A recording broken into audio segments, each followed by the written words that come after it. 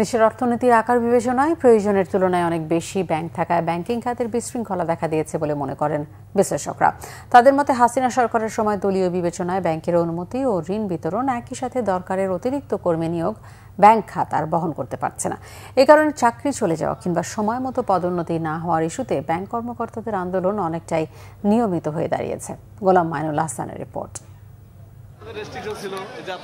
হাসিনা সরকারের পতনের পর প্রথম কার্যদিবসে ইসলামী ব্যাংকে বিক্ষোভ শুরু হয়। এরপর থেকে ব্যাংকগুলোতে প্রায় এ ধরনের ঘটনা ঘটছে। বৈষম্যের শিকার বিভিন্ন সংগঠন দলের ব্যানারে এই আন্দোলনগুলো এখনো চলমান। বাংলাদেশ ব্যাংকের তথ্য বলছে ব্যাংক খাতে মোট কর্মী রয়েছেন 2 লাখের উপর। এর মধ্যে রাষ্ট্রীয় মালিকানা বাণিজ্যিক ব্যাংকগুলোর কর্মীর সংখ্যা 50,000-এর মতো। বেসরকারি ব্যাংকগুলোতে সেই সংখ্যা প্রায় 3 গুণ।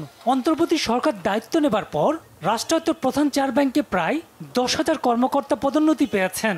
এর মধ্যে 7,215 জনই পদোন্নতি পেয়েছেন পদ ছাড়াই। এই সময়কালে যে বিপুল পরিমাণ লোকবল নিয়োগ হয়েছে তাদের ক্ষেত্রে ভবিষ্যৎ কি দাঁড়াবে এবং তাদের ক্ষেত্রে যে একটা সামাজিক চাপ রয়েছে সেই জায়গাটিকে আসলে কিভাবে অ্যাডজাস্ট করা হবে।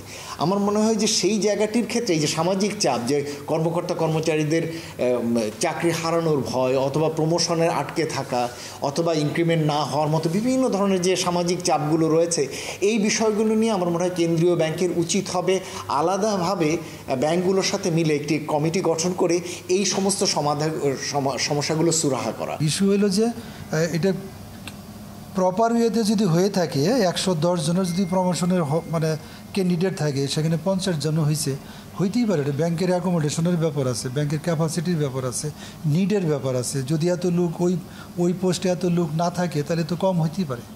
আর্থিক কাঠামো ভেঙে পড়ায় ব্যাংকগুলো বিশৃঙ্খলা আরো প্রকট হয়েছে বলে মনে করেন বিশ্লেষকরা। দেখুন, বিগত সরকারের সময়কালে ব্যাংকিং খাতে প্রয়োজনাতিরিক্ত যেভাবে ব্যাংক লাইসেন্স দেওয়া হয়েছে এবং তার ফলে ব্যাংকিং খাত অপ্রত্যাশিতভাবে যেভাবে ফুলে ফেপে উঠেছিল, সেটা আসলে বাংলাদেশের সামগ্রিক যে বিনিয়োগ চাহিদা তার সাথে সামঞ্জস্যপূর্ণ ছিল না। এবং এর ফলে যেটা হয়েছে, ব্যাংকিং খাতে কৃত্রিমভাবে এক ধরনের প্রবৃদ্ধি হয়েছে, কৃত্রিমভাবে চাহিদা তৈরি হয়েছে এবং অনেকটা কৃত্রিমভাবে এখানে লোকবল নিয়োগ হয়েছে। ব্যাংকিং সেক্টরে চাকরি যাবে আসবে সেটা হবে, বাট ঢালাওভাবে যদি একটা লোকের মানে হিউজ লোকের চাকরি চলে যায়, তখন তো এটাকে ব্যাংকিংয়ের মিসম্যানেজমেন্টের কারণেই হয়ে থাকে। আর ব্যাংকিংয়ের মিসম্যানেজমেন্ট শুধু ব্যাংকের ভিতর থেকেই হয় না, এটা বাইরে থেকেও হয়েছে।